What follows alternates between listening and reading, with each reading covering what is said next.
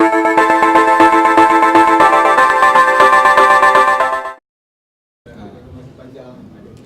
tanya nanti jap macam tanya dia.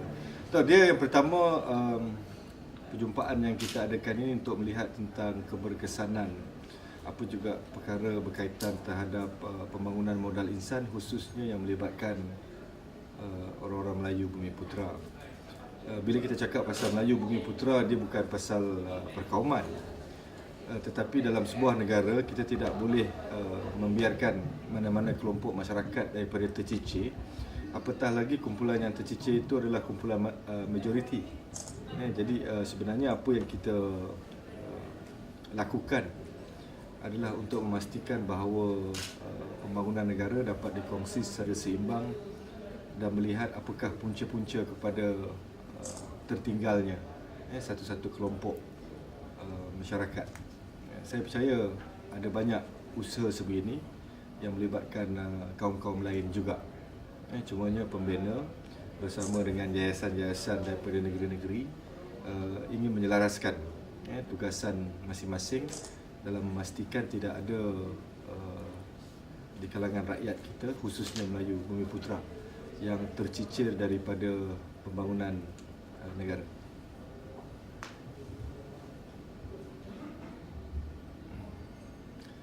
Dari segi prestasi, dia sebenarnya ini bukan satu badan besar yang akan melihat tentang keseluruhan.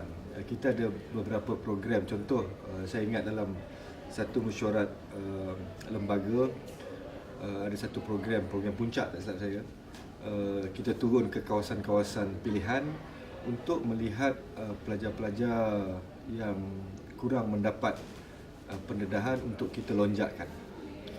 Kadang-kadang ada pelajar ini baik dalam semua mata pelajaran tetapi lemah dalam bahasa Inggeris. Jadi kita akan beri tumpuan terhadap perkara itu. Sebab kita bukan nak mengambil alih tugas kementerian atau agensi yang berkaitan. Kita nak melihat kepada lompang-lompang yang ada. Dan besok mesyuarat saya pun dah minta tadi untuk kita fikirkan terhadap penggunaan bajet yang telah disediakan oleh kerajaan dari segi pemantauan kejayaan pelaksanaan. Maksudnya bukan semua perkara mesti dilaksanakan oleh pembina dan rakan kongsi yayasan, tetapi juga boleh memantau kepada pelaksanaan dasar-dasar yang telah diputuskan oleh kerajaan walaupun dijalankan oleh agensi yang lain. Sebab kita mempunyai kepentingan dalam soal pembangunan modal insan Melayu dan Bumi Putera ini. Dari segi ekonomi, kita ada Majlis Tindakan Ekonomi Bumi Putera, kita ada pelbagai inisiatif, tapi yang ini lebih kepada pendidikan dan kemahiran. Dia ada banyak. Cumanya yang saya tadi waktu kita berbual pun, saya mengharapkan ada satu dimensi baru dapat kita lahirkan. Di hujung ucapan tadi pun saya sebut, kalau kita buat secara kebiasaan, keputusannya boleh dijangka. Tapi kalau kita boleh buat secara luar biasa, mungkin akan ada keputusan-keputusan yang baik dapat kita lahirkan. Sebagai contoh, persepsi dalam masyarakat apabila membuat pilihan dari segi pendidikan, semua akan pergi ke jurusan yang profesional. Yang mana baki dianggap sebagai kumpulan drop out. Walhal kerajaan sedang membina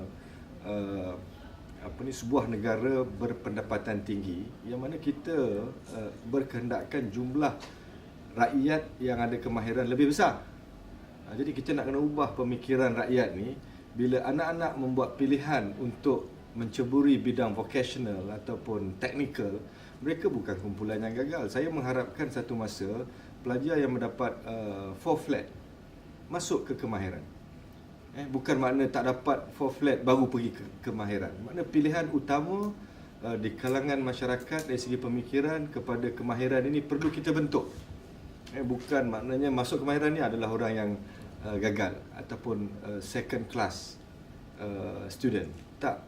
Pelajar yang masuk kemahiran adalah mereka yang kita harapkan dapat bersama-sama membangunkan negara apabila kita mencapai status negara maju dalam tahun 2020. Maknanya pemikiran ibu bapa, pendekatan dalam bidang pendidikan, bahawa kepentingan kemahiran itu juga penyumbang kepada kejayaan negara di masa akan datang.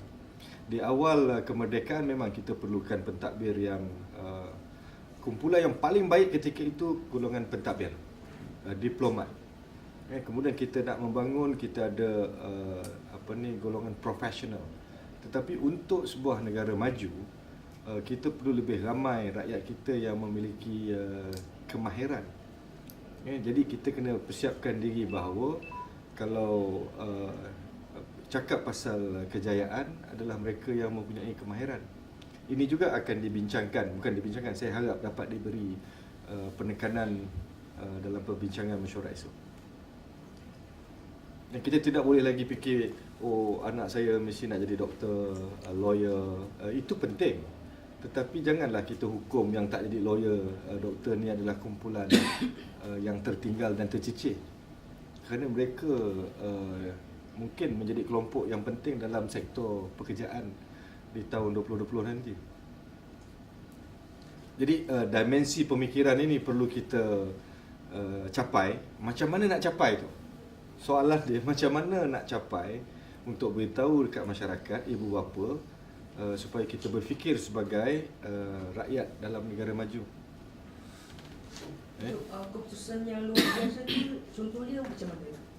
Contoh keputusan luar biasa. Yang tadi Datuk nyatakan. Nah, kalau kita masih pergi sekolah darjah 1 cara sama, lepas tu masuk ambil UPSR secara biasa, keluar SPM, masuk universiti, habiskan pendidikan contoh perubatan 7 tahun, itu biasalah. Keputusan apa dapat seorang doktor. Tetapi kita perlukan guna tenaga yang berkemahiran yang yang mesti lahir bukan daripada cerita saya tadi. Macam mana nak diwujudkan, termasuk juga dari segi pemikiran. Berapa ramai ibu bapa yang dari awal memilih untuk anak pergi ke vocational. Di Malaysia sebut vocational sahaja kita akan kata ni second class lah.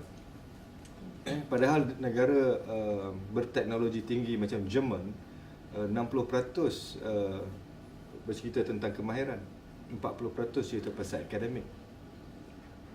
Kita ni 60% cerita pasal akademik, 40% cerita kemahiran. Dan yang kemahiran tu dipanggil second class. Walhal di negara-negara maju, yang berkemahiran ini juga setara dengan akademik.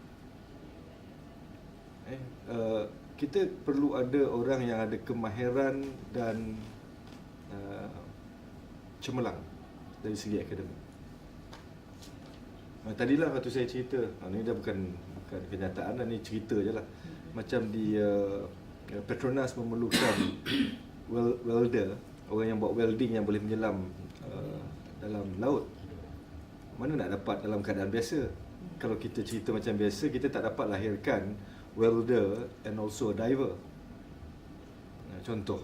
Dan gaji dia jauh lebih besar. Walaupun saya nyatakan kejayaan bukan bersandarkan pada duit, tetapi jangan ingat orang yang jadi diver and welder, tukang pengimpal ni bukan orang tercicir dalam kehidupan.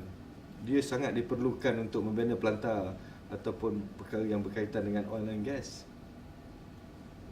Jadi macam mana nak lahirkan pemikiran bahawa welder and a diver adalah mustahak dalam pembangunan negara?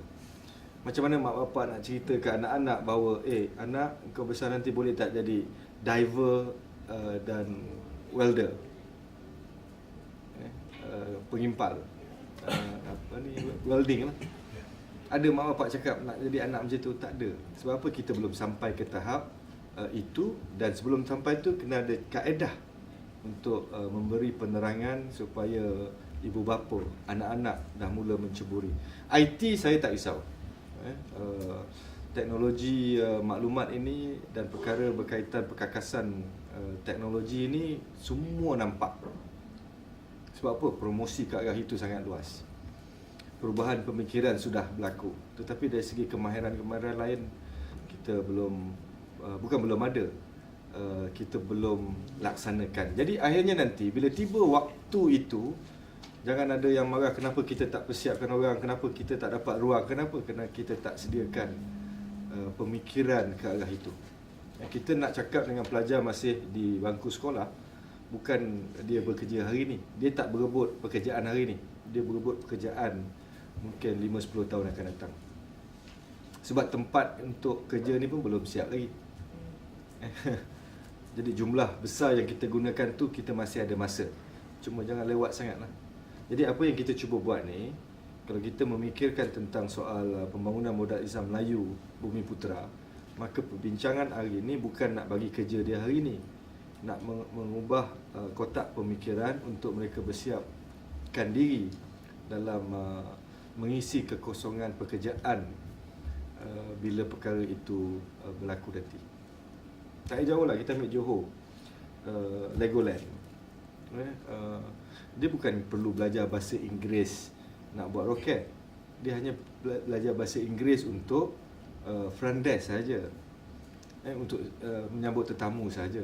Jadi maknanya silibus pengajaran bahasa Inggeris tak perlulah guna Shakespeare.